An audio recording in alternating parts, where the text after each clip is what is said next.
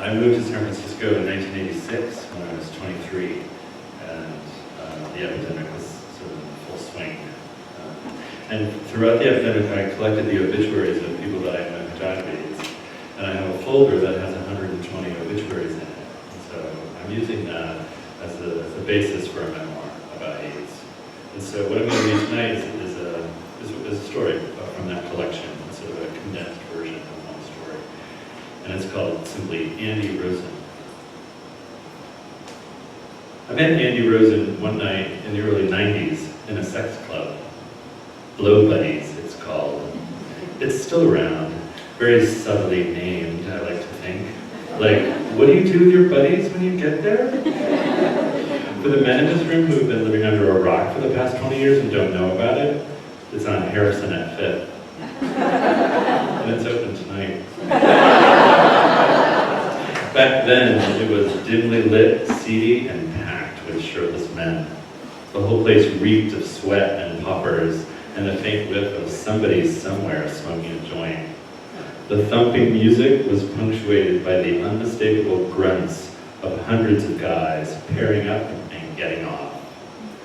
I loved the place. If going to Blow Buddies had earned me frequent flyer miles, I could still take all of you to Europe. Twice. I remember seeing Andy in the crowd that night. Dark hair, dark eyes, and thick stubble, a real beauty. His body all lean and muscle and hair. After 20 seconds of sex club small talk, hey, how's it going? Good. You having a good time? Yeah. Fuck, you're hot. Fuck, you're hot. We grabbed each other and started making out. Our bodies matched together, our hands mauling each other. He smelled musky like aftershave, tasted like beer, and his stubble was scraping my chin raw. It was heaven. Without breaking a kiss, I started maneuvering us toward one of the private rooms. But Andy stopped me, pulled away. I should tell you, he said, I have HIV.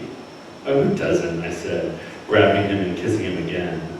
And again he stopped me. You don't, do you? No, I said, I don't. I'm sorry, he said, I just can't. And he put his hand on my chest and gently pushed me away. This had happened before, many times in fact. HIV-positive gay men so determined not to pass on the virus, or just wanting to have sex without having to think about it, they wouldn't play with a man who was negative. I understood, theoretically, but it stung. And god damn it, I thought, he's like the hottest guy in here. I glared at Andy and shrugged and walked away. A couple weeks later, I saw him at a rally in the Castro. He approached, smiling, and we both laughed.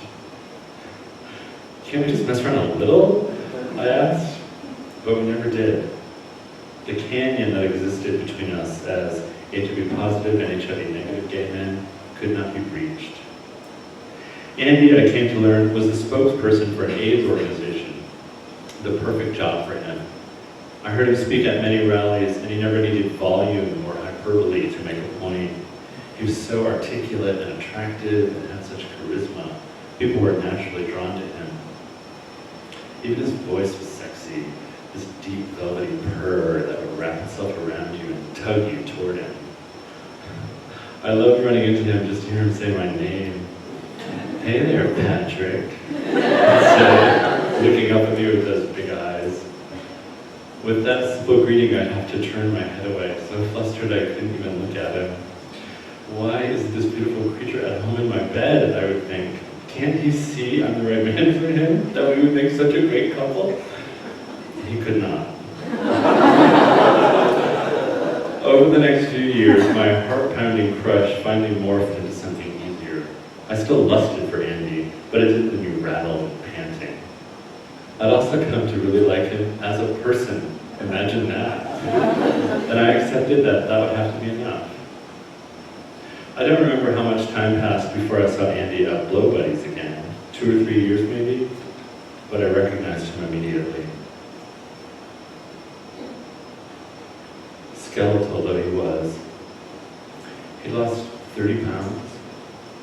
His beautiful dark eyes, now like saucers on his bony face, made him look almost frightened, an expression I had never seen on that man. His muscular physique, long gone, his body now enveloped in a black t-shirt that hung on him shapelessly, like a shirt thrown over the back of a chair. Even his sneakers looked too big, a boy clumping around in his father's shoes. It was all so wrong, and it was so hard to take in. All in this place were the men, the sick, the healthy, and everyone in between, including me, were striving to look hotter than we really were. And there was Andy, beautiful, intelligent Andy, moving with that slow shuffle, signaling to those of us familiar with the disease that he was pretty far gone. I froze when I saw him. I can't believe he's here, I thought. Nobody's going to go near him. He's way too sick. I didn't approach him. I didn't know what to say. I wanted to avoid him, and I felt the flush of shame on my face because of it. He's such a nice man, I thought. Shouldn't I at least say hello? Oh, fuck, did he just see me? I turned and darted away. Did you hear that? I said I turned and darted away. A man I knew and admired and even loved was standing there, sick and vulnerable, looking for sex or intimacy or connection or a warm body to hold against his. And I turned and darted away. Here's what I want you to know. That throughout the epidemic, I tried to be my biggest and best self, to be open-hearted and kind and caring all the time. That's what the epidemic called for me to be the man I imagined I could be. But sometimes my smallest and meanest little self came out, afraid and angry and terribly sad. I want you to know that some of us weren't heroes.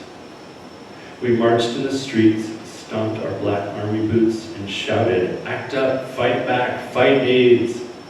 Our faces red with rage, but we weren't heroic, even when we wanted to be. About a month after I saw Andy at Blow Buddies, a mutual friend of ours called. "Honey," he said, "Andy died." "I knew you carried a torch for him," he added, trying to lighten things up. "I just didn't want you to find out by seeing his obituary in the paper. I hate when that happens," he said. I thanked him for calling and we hung up. I remember sitting down on my bed, my mind blank, though my chest was heaving. It was hard to breathe.